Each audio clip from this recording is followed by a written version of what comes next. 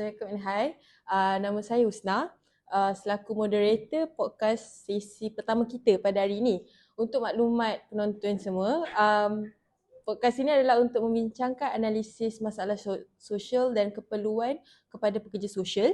Live podcast ini juga dibawakan dengan kerjasama Persatuan PPKSUM dengan Malaysian Association Social Workers MASW. Jadi dalam episod pertama ni, isu yang kita akan bincangkan adalah kesihatan mental adalah satu mitos. Isu ini akan dibincangkan atau diskusi kita adalah bagaimana cara yang tepat sebagai pekerja sosial untuk mengendalikan klien yang memerlukan pertolongan di dalam masa yang sama mengalami masalah kesihatan sosial, masalah kesihatan ni. Jadi tetamu kita pada hari ini ialah Dr. Kumar, iaitu pensyarah di Jabatan Pentadbiran dan Keadilan Sosial, dan juga panel pelajar Muhammad Rozikri. Terima kasih. Jadi Pak sebab jemput kami. Terima kasihlah sebab jemput kami. Terima kasih juga datang. Jadi isu pertama yang kita nak bincangkan, kita tengok sekarang ramai pekerja, secara amil pekerja yang bekerja ni, diorang selalu mengalami masalah stres, masalah mental sebab diorang buat benda yang sama setiap hari. Jadi kerja dengan individu yang pekerja sosial ni, kerja dengan individu yang mengalami masalah kesihatan mental boleh menjadi mencabar dan boleh menyebabkan keletihan emosi dan fizikal juga. Jadi apa pendapat doktor pasal kebosanan dan keletihan kerja ni?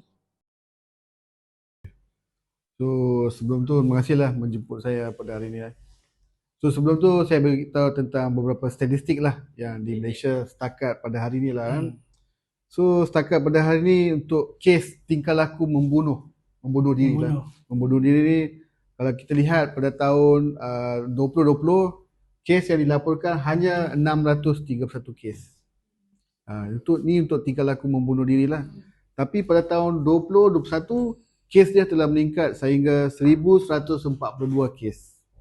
So di sini peningkatannya adalah sebanyak 81% lah di Malaysia keseluruhannya lah.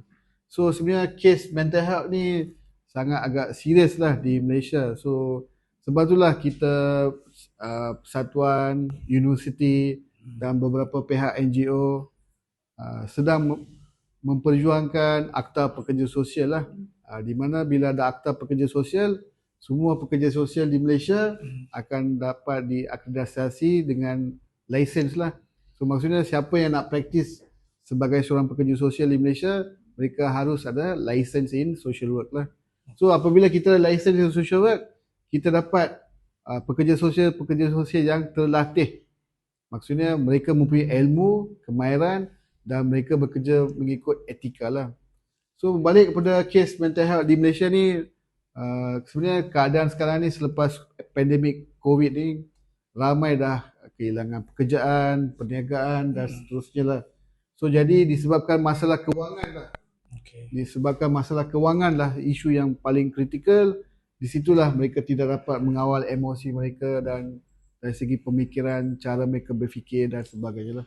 Jadi kalau macam saya nak tambah sikit, kalau macam kita nak kaitkan dengan apa yang kita, tajuk kita pada hari ini, yang adakah kesihatan mental ni satu mitos, dan apa yang moderator bawakan tadi adalah daripada segi situasi orang-orang yang bekerja.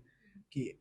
Kalau yang saya dapat lihat kat sini, mungkin saya rasa mungkin daripada faktor teknologi juga dia mainkan peranan. Contohnya macam kita bekerja, ada orang yang pendapatan gaji dia tinggi, ada orang yang pendapatan gaji dia rendah.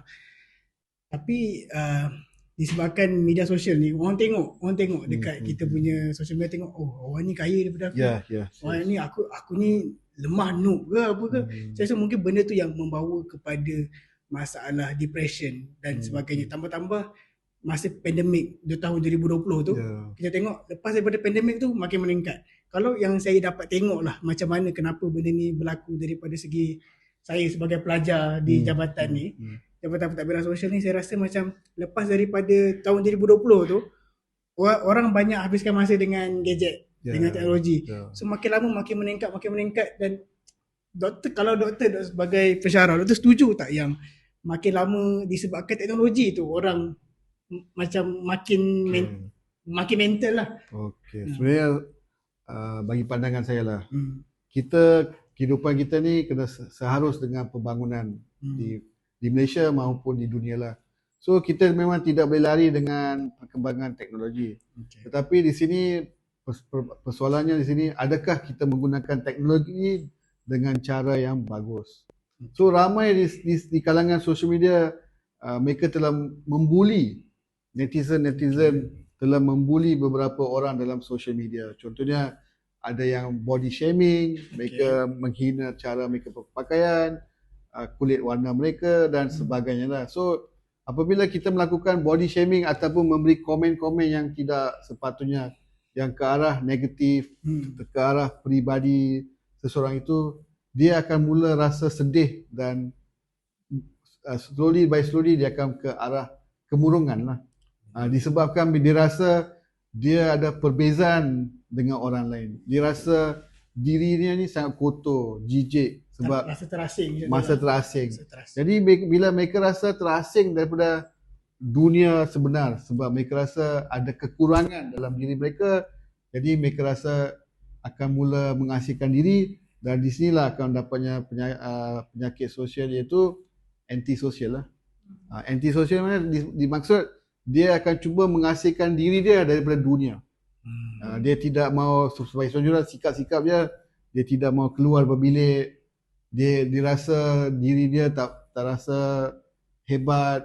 So dia mula tidak mau berkeluar bersosial dengan family, dan mungkin dia tidak mau keluar daripada rumah. Ataupun dia tidak, sebagai mahasiswa, mungkin dia cuba nak elak, tidak mau datang ke kuliah lah. Dia rasa dunia dia sentiasa terancam. Dia rasa setiap kali orang akan memandangkan dia. Mungkin orang tidak akan memandangkan dia, tapi cara pemikiran dia rasa macam orang tengok dia rasa dia. Pasal yang social media yang Roy cakap tadi, saya rasa macam ramai yang ada masalah mental sekarang ni, tapi diorang prefer untuk cerita dekat social media as diorang punya coping mechanism, rather than cerita dekat orang yang sepatutnya, iaitu pekerja sosial. Dia sebenarnya sekarang ni kita lihat daripada social media, tak kisah Facebook, Instagram, TikTok, ramai daripada kita ni cuba nak buat konten. Betul. So sekarang ni tak kisah para remaja, orang dewasa, orang tua pun, dia rasakan dia buat indikator. Semakin orang like video dia, gambar dia memberi satu keyakinan diri lah. Dia kata, wow, hari ni ada 100 orang like gambar aku. Dia rasa macam orang tengok. Maksudnya ada seeking attention lah. Dia rasa sekarang, okey lah, orang memberi sokongan moral. Itu pun dikira mental juga? Itu bukan mental, itu dari segi psychological lah. Mungkin cara dia pemikiran tu. Cara pemikiran dia tu lah. So sekarang ni ramai orang buat konten tu, dia nak popular dengan satu hari. Macam mana kita nak popular dalam satu malam kan? So tidak boleh lah. So sekarang ni banyak orang cuba buat konten nak bunuh diri, nak menceritakan tentang kisah dia ditinggalkan oleh girlfriend dia. Astagfirullahaladzim. Banyak tu. Mungkin dia cuba nak, ada yang juga racism, dia cuba buat isu-isu racism, isu-isu politician. Ada yang buat konten keagamaan, tapi selalunya konten keagamaan ni bagi pandangan saya mungkin ada orang yang suka view, atau ada kekurangan view dia lah. Jadi bila dia buat konten-konten yang kurang popular, mulalah dia buat konten-konten yang mungkin menceritakan tentang peribadi dia, percintaan dia lah. Mungkin orang cerita pasal kisah hantu, ataupun dia jual produk. So sebenarnya dia sebenarnya seeking attention lah. Tapi mungkin dia ada niat yang cara lain lah. So sebab itulah sebagai netizen kita selalu tidak boleh buat pre-judgmental lah. Kita buat andaian-andaian. Kita menganggap, tapi mungkin itu merupakan satu tuduhan kepada orang tersebut. Penerimaan masyarakat kepada orang-orang yang macam ni pula, kalau macam pada saya lah, kadang-kadang ada yang menganggap kesihatan mental ni macam satu mitos, macam mana yang tajuk ni kan. Sebab kalau macam saya rasa ramai, terutama golongan lelaki biasa kena Andrew Tate. So Andrew Tate ni dia ada cakap yang dia kata sebenarnya mental health ni ataupun depression. Kalau kita pergi dalam depression, dia kata depression ni adalah sebenarnya satu state of mind. Dia kata it's not clinical punya sakit. Dia kata macam depression ni adalah macam perasaan. Kadang-kadang kita rasa gembira, kadang-kadang kita rasa sedih. So kata depression ni adalah orang yang kata dia ni depressed, seolah-olah macam dia gunakan terms depression tu untuk selamatkan diri dia. Kenapa kau tak kerja? Sebab aku depressed. Ada yang berpendapat macam tu doktor, tapi ada yang kata ini memang klinikal punya. Kalau doktor pandang benda ni macam mana? Okey, dia macam ni.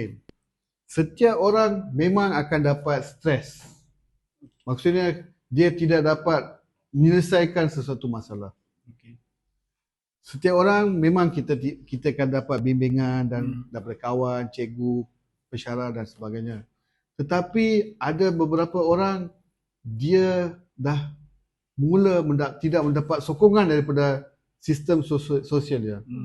Mungkin cikgu pun tidak nak peduli, ibu bapa sibuk dengan kerja dia.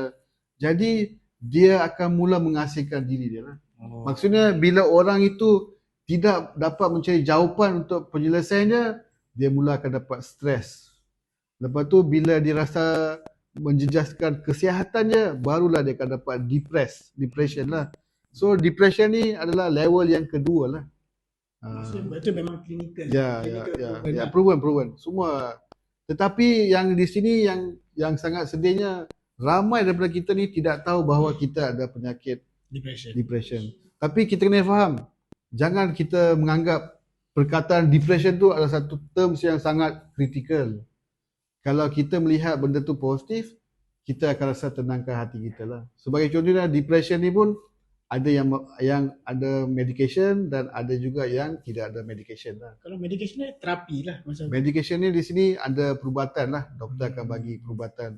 Tapi selalunya doktor akan bagi medication, mungkin pil, ubat tidur untuk tenangkan dia lah. So di sini kita kena lihat lah. Kalau dia mengambil pil tidur pun, tapi dia kena melakukan aktiviti seperti orang biasa lah. So tapi ada juga kita kena faham, ubat depression ni, ubat mental health ni bukan ubat macam makan Panadol.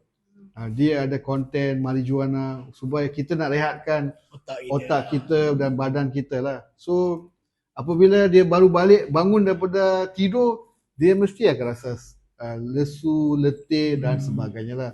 So mungkin kemungkinan dia rasa letih dan mungkin dia memberi alasan sebab dia tidak mau pergi kelas. Tapi kita jangan salahkan dia. Kalau kita selalu judgemental dia, siapa lagi nak bantu dia lah.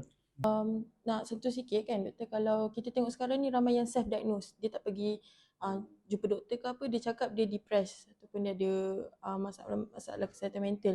Lepas tu apa peranan pekerja sosial ni nak tackle this issue supaya ramai yang tak ada self diagnose dapatkan. Sebagai contohnya kelas kita dalam kelas kuliah dan sebagainya, kita ada banyak student. Contoh kelas kita ada 80 student. Kita tidak tahu mana yang pelajar yang ada masalah. So pelajar itu sendirilah kena first kali share kepada kawan-kawan dia rasa boleh menolong dia. Tapi pada hari ini apa yang berlaku dengan mahasiswa ataupun pelajar-pelajar, ini dipanggil so-called budaya toksik lah. Kawan-kawan dia menikam, kawan-kawan bercakap buruk, mungkin depan bercakap manis, mungkin di belakang bercakap buruk. Mungkin ni disebabkan oleh perwatakan mahasiswa sendiri lah. Sebagai contohnya, pelajar yang dapat dean list student, maksudnya dapat semua A dalam subjek, dia suka menunjuk-nunjuk dalam social media, TikTok, tapi ada IG. juga yang cakap benda tu reward. Jadi diorang bangga dengan dia punya pencapaian, jadi dia tunjuk. Okey, kita memang reward lah. Kenapa kamu nak tunjuk ke social media? Sebagai contohnya, saya dapat dean list student. Bagaimana dengan pelajar-pelajar yang terdapat dean list student? Dia akan rasa terasing diri, kecil hati, dan di situlah ada persaingan yang kurang sihat. Tapi ini semua terpulang kepada cara kita lihat. Sama ada kita rasa persaingan sihat ataupun tidak. Terpulang kepada mahasiswa lah. Kalau macam tanya saya sendiri, yang saya dah 3 sem, 4 sem, masuk sem yang keempat, saya pun tak rasa macam ada keperluan untuk saya bagi tahu ataupun kita ni nak bagi tahu pencapaian kita. Saya rasa tak ada keperluan. Kalau macam contoh kita dapat, saya rasa reward tu rasanya kita tunjuk ke orang, Ya. tak ada apa beza pun kat kita. Ya. Tak ada apa beza. Just dapat, kau kena teruskan lah. Teruskan dapat lah. Ataupun kau dapat tu mungkin okay, kau ada kelebihan, kau tolong orang lain. Bukan bila tu nanti orang akan rasa macam, ish, aku ni bodoh sangat ke? Ya. Tapi kamu yang kena ingat, bukan selalu perjalanan kita akan naik saja. Kadang akan turun, naik. Itulah kehidupan biasa. Cuba bayangkan semester ni kamu dapat dean list. Bayangkan semester depan kita tak pasti. Jadi bila dia dah high expectation untuk semua benda, semua dipanggil perfectionist, semua kena perfect. Apabila semester depan dia dapat 4 flat, dia akan rasa stres dan depressed dan dia akan jatuh sakit lah. Roy sendiri ada tak pengalaman deal dengan kawan-kawan yang ada masalah mental sebabkan selalu kena compare ke dengan budak-budak yang dapat dekan ke macam mana? Kerana dia bukan deal dengan yang memang betul-betul provenly diagnose mental tu, saya tak ada deal sangat. Tapi kalau macam nak kaitkan dengan, terutama bila time result keluar kan, kadang-kadang ada kawan yang macam sedih lah, teruk lah. Kadang-kadang ada yang macam kenapa aku kena belajar, aku belajar pun dapat result teruk. Tapi sebenarnya dia berbalik kepada niat lah pada saya. Kalau macam kita kena ingat yang mungkin ada orang kadang-kadang result kita teruk tu tak semestinya kita teruk. Macam Albert Einstein, dia cakap failure is success in progress. Maksudnya kita sendiri diri sendiri tu kita kena optimis lah. Itu pada pendapat saya. Jadi kalau berbalik kepada yang Husna cakap tadi pasal macam peranan pekerja sosial kan, macam mana. Kalau macam pada pendapat saya, pekerja sosial ni kita lihat dia sebagai satu profession yang profesional. Kita mungkin kata okay, kalau mental health kita dibiasakan dan dimanjakan dan dimomokkan dengan satu kata, kalau mental health ke ada masalah apa, kaunselor, psikiatri. Tapi saya fikir kalau macam kaunselor ni dia bukan selesaikan masalah. Kalau macam psikiatri dia medication. Tapi kalau pekerja sosial ni dia kena ambil tahu pasal orang tu. Sebab kadang-kadang okay, katakanlah kita suruh dia pergi kaunselor. Pekerja sosial yang memastikan bahawa orang ni pergi ke kaunselor. Dan dia tahu follow up. Kadang-kadang kaunselor pun dia just bagi nasihat lepas tu dah habis. Tapi bezanya pekerja sosial dia ada follow up. Psikiatri mungkin dia diagnose okay, sakit depression, bagi ubat, terima sekian-sekian. Tapi yang bezanya social worker ni dia follow up dan dia linkkan. Itu pada pemahaman saya lah. Mungkin doktor lagi berpengalaman, dia boleh explain lagi lah. Bukanlah sangat lah. Ya adalah. Doktor lah. Sebenarnya kalau kita lihat di negara Europe, US, mereka dah terlalu advance dari segi pekerja sosial lah. Sebagai contohnya negara kita jiran, Thailand. Sekarang ni semua jabatan kerajaan haruslah wajib ada pekerja sosial. Sebagai contohnya di penjara kita perlukan pekerja sosial. Di pejabat daerah perlukan pejabat sosial. Di hospital besar dan kecil haruslah perlukan jawatan medical social worker lah. Tapi kalau di US lebih advance. Setiap sekolah mereka ada pekerja sosial mereka sendiri lah. Ya, bukan setakat. So di sini pekerja sosial sebenarnya dia harus dan wajib bekerja secara berpasukan dengan profession lain lah. Sebagai contohnya di sebuah sekolah tu mungkin ada kaunselor, mungkin ada pekerja sosial, mungkin ada psikiatrik. So di sini mereka bekerja sebagai satu tim lah. Tapi pekerja sosialnya tugasnya sangat agak berat sebab dia kena menjaga kebajikan pelajar, dia kena menjaga social service dalam kalangan family members pelajar tersebut, dan dia kena buat administration dan banyak perkara-perkara yang dia perlu kena buat lah. Tetapi kena ingat, bukan senang jadi pekerja sosial. Kamu kena ada pekerja sosial yang terlatih lah. So kamu kena belajar tentang kemahiran asas pekerja sosial, kamu kena tahu ilmu-ilmu dalam pekerja sosial lah, background lah. Doktor cakap pasal bukan senang nak jadi pekerja sosial ni. Lagi-lagi yang macam doktor yang expertise pasal mental health ni, mungkin doktor sendiri ada pengalaman pasal bimbang dengan kesematan. Contoh sebab kita nak deal dengan klien yang ada cuba nak bunuh diri kan, macam mana? Ada tak doktor ada pengalaman tak? Okey, dia macam ni. Biasalah bila kita baru masuk dalam bidang kesihatan mental, tak kisah penggunaan dada kan. So saya banyak deal dengan pengguna dada lah, pengguna dada. So sekarang ni pengguna dada ni pun dianggap adalah sebagai seorang pesakit mental health lah, sebab dia melibatkan dengan saraf di otak kita lah yang terjejas.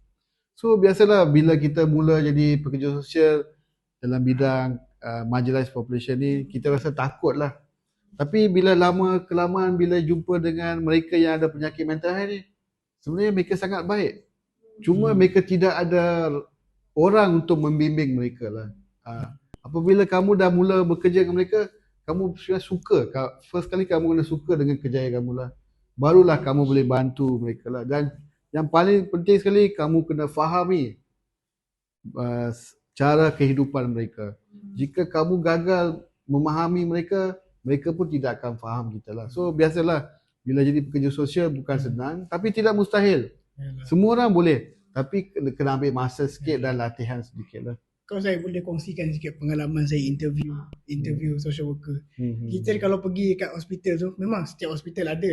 Tapi yang Jabatan Kebajikan Masyarakat dekat Jabatan Pekerja Sosial atau Jabatan Pembangunan Masyarakat hospital tu biasanya tempat dia kecil. Maksudnya macam memang tempat yang orang kata orang susah nak nampak lah. So kadang-kadang dia macam menjatuhkan sikit lah martabat pekerja sosial. Dia sebenarnya macam ni.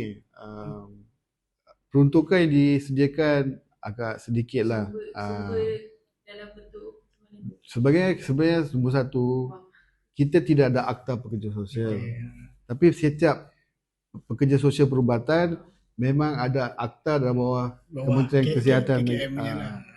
So di sini jikalah kita seperti negara jiran Thailand sekarang ni, kalau kita ada akta pekerja sosial, peruntukan dan kesedaran rakyat memang akan meningkat lah. Tapi pada masa sekarang ni yang sedihnya, orang cuba kaitkan pekerja sosial profesional adalah sama dengan orang yang buat voluntary job lah. Doktor boleh jelaskan beza dia. Sebenarnya bezanya agak senang. Pekerja sosial profesional ni dia adalah dianggap sebagai satu profesional lah. Satu pekerjaan yang profesional.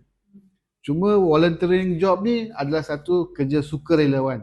Dia tidak dipaksa oleh mana-mana pihak lah. Dan volunteerism ni tidak melibatkan tentang gaji mereka lah. Mereka cuma mungkin bagi satu token of appreciation. Mereka bagi satu allowance yang dan volunteerism ni semua orang boleh lakukan. Asalkan kita ada pemikiran dan hati yang baik untuk membantu, kesedaran untuk membantu, semua orang boleh. Tetapi pekerja sosial profesional tidak boleh. Kamu kena belajar sekurang-kurangnya Bachelors of Social Work lah. Bachelors of Social Work di mana-mana universiti yang ditauliahkan lah, yang diiktiraf oleh kerajaan. Dan selepas tu, semasa dalam kurikulum tu, kita perlukan wajib menjalani praktikum lah. Maksudnya apa yang kita belajar di kelas, kita kena praktiskan dalam field lah. Jika kita ada license, kita kena setiap tahun renew license kita. Kita kena pergi buat exam lah. So maksudnya di sini pekerja sosial yang profesional ni telah dilatih dengan sangat bagus lah, detail, supaya dia berhadapan dengan masyarakat lah. Kalau saya boleh tambah lagi. Boleh tambah. Boleh. Okay. Kalau macam contoh saya bagi situasi lah, kenapa pentingnya pekerja sosial ni dalam kita punya masyarakat untuk mental health. Katakanlah saya ada sakit mental. Okay. Tapi tak ada sekarang tak ada. Sekarang tak ada lah. Katakanlah saya ada sakit mental. Lepas tu ada volunteer yang so called kata dia pekerja sosial, dia bukan profesional. So saya pergi jumpa dia. Mungkin sekali dua kali dia akan layan. Sebab apa? Sebab dia volunteer. Tapi kita tak tahu berapa lama dia akan layan. Dan mungkin kaedah dia pun berbeza macam yang doktor cakap tadi. Kita kena ada kemahiran. Even macam kita ni pun mungkin pada asalnya belajar tu kita macam okay ni mungkin senang je ni, boleh fikir logik. Tapi kita ada step dia. Contoh macam doktor ajar Helen Pullman, macam mana kita nak selesaikan masalah. Mungkin kalau kita pergi dekat orang yang volunteer, dia bagi kaedah yang tak apa-apa, daripada mental sikit mental terus nanti. Sebagai contohnya kes yang paling popular, kes Bella lah. Sebab itulah kita perlukan pekerja sosial yang profesional. Bukan orang-orang yang ada NGO, dia rasa dia boleh buat kerja kebajikan, kerja amalan lah. Di sini sebab itulah kita perlukan akta pekerja sosial, sebab bila ada akta pekerja sosial, semua pekerja sosial di Malaysia, khususnya di Malaysia, akan melalui latihan yang sama dan proses kerja yang sama. Jadi di sini kita dapat mengurangkan error lah, kegagalan untuk menjalani membantu penyelesaian masalah klien lah. Sebab itulah kita kena ada badan profesional lah. Kalau kita tidak ada, kalau semua orang nak buka NGO, semua orang jadi pekerja sosial, kes bela ni akan berulang banyak kali pada masa depan lah. Macam sebagai pekerja sosial kan, kalau dia akan approach client and then kita berinteraksi untuk tahu dia punya masalah semua, dan peranan pekerja sosial untuk sediakan sokongan. Jadi macam kita macam sekarang ni banyak agensi yang pelbagai bentuk agensi, jadi sukar untuk pekerja sosial ni nak refer dengan pelbagai agensi tu dengan klien tu. Jadi boleh harapan doktor untuk buat selaras ke dia punya perkhidmatan. Sebenarnya sekarang ni kerajaan dia sedang memperbaiki sistem kebajikan sosial, tapi disebabkan satu faktor kewangan kita lah terhad, dan especially bila kita tidak ada akta pekerja sosial, lagilah kita tidak boleh request lah. So di sini kita sebagai pekerja sosial, contoh saya merupakan pekerja sosial di NGO A. Okay. Saya sebagai pekerja sosial A ni kena ada buat networking lah. Jadi saya kena ada networking dengan contoh 50 NGO pertubuhan di kawasan saya. Mungkin kita kena buat perjumpaan selalu. So di sini kita bekerja secara kumpulan lah. Jika kita tidak ada funding, mungkin NGO sebelah kita ni boleh bantu kita. Mungkin mereka ada ekstra makanan, mungkin ada ekstra allowance, mereka boleh bagi kepada persatuan kita lah. So kita kena ada satu jaringan sosial yang cukup bagus lah. So networking. Tapi di sini banyak NGO kewangannya pun agak terhad. Jadi tapi kita kena buat perbincangan lah dengan banyak NGO. Tapi saya lihat sepanjang saya pernah jadi pekerja sosial, memang kurang sedikit lah NGO nak ambil inisiatif untuk mengadakan kerjasama dengan NGO lain. Ada, bukan saya kata tidak ada, memang ada. Tapi pertolongan mereka nak bantu NGO lain tu sangat terhad lah. Kalau sekarang saya beritahu mungkinlah lah. Kalau macam kita tengok statistik, seorang pekerja sosial kena handle lebih kurang beratus-ratus atau mungkin dah sampai angka ribu kes lah. Saya suka macam pekerja sosial ni dia ni ibarat pada saya lah. Kalau doktor dia rawat ubat, dia rawat sakit badan. Kalau engineer dia repair mesin. Kalau masyarakat kita ni, pekerja sosial ni lah dia punya tanggungjawab. Tapi sedih lah kita tengok realiti pekerja sosial dekat Malaysia sekarang ni. Macam yang saya cakap tadi, diorang ni tolong orang-orang ke hospital dari segi kewangan untuk dapat ubat. Tapi diorang dapat tempat yang kecil, kerja pun banyak. So saya harap mungkin kita boleh kuatkan lagi lah kesedaran dalam kalangan masyarakat ni, supaya akta tu nanti insyaAllah lah kita punya harap-harap YB kita tu nampak lah. Sebelum saya akhiri podcast ni, saya nak tackle satu isu yang saya rasa menarik. Baru-baru ni kita tahu yang cubaan bunuh diri bukan lagi crime, bukan lagi satu jenayah. Jadi macam saya rasa dalam statement ni dia boleh jadi positif dengan negatif. Macam bila positif, kita tak rasa mereka yang nak cuba bunuh diri tak adalah jadi satu jenayah, dan lagi satu negatifnya, mungkin angka kematian akan jadi meningkat ke apa. Jadi apa basically opinion doktor? Sebenarnya statement ni mungkin keliru sikit. Apa-apa yang cuba membunuh diri adalah satu kesalahan. Walaupun dia sudah cuba membunuh diri tapi tak boleh bunuh diri, dia akan di-charge mengikut peraturan yang ditetapkan lah. So sebab dia telah mencuba membunuh diri. So memang akta kita ni memang salah lah di sini lah. Tapi cuma di sini seperti saya kata dengan social media lah, dia nak seeking attention. Aku nak bunuh diri ya.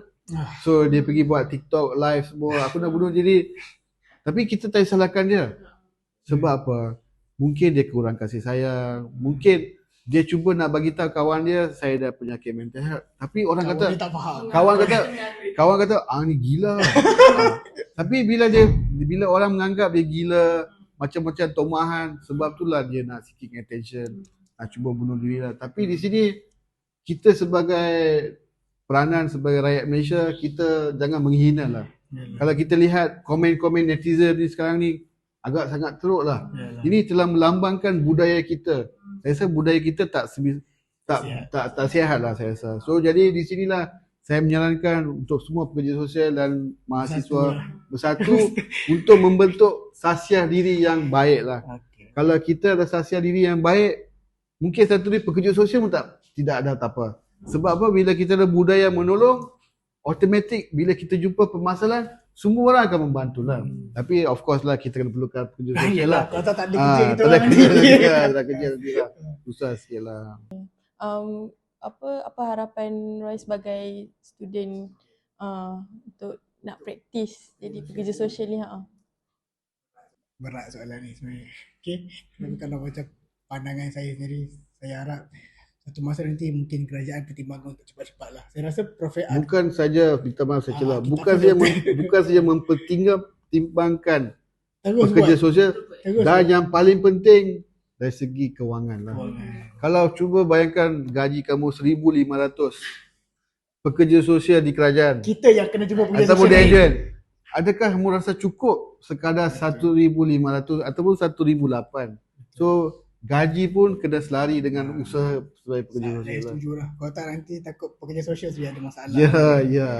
So, macam tu saya harap kerajaan sebab orang undang-undang ni dah lama jadi orang undang-undang. Saya rasa dah tiba masanya untuk benda ni jadi Yes, betul.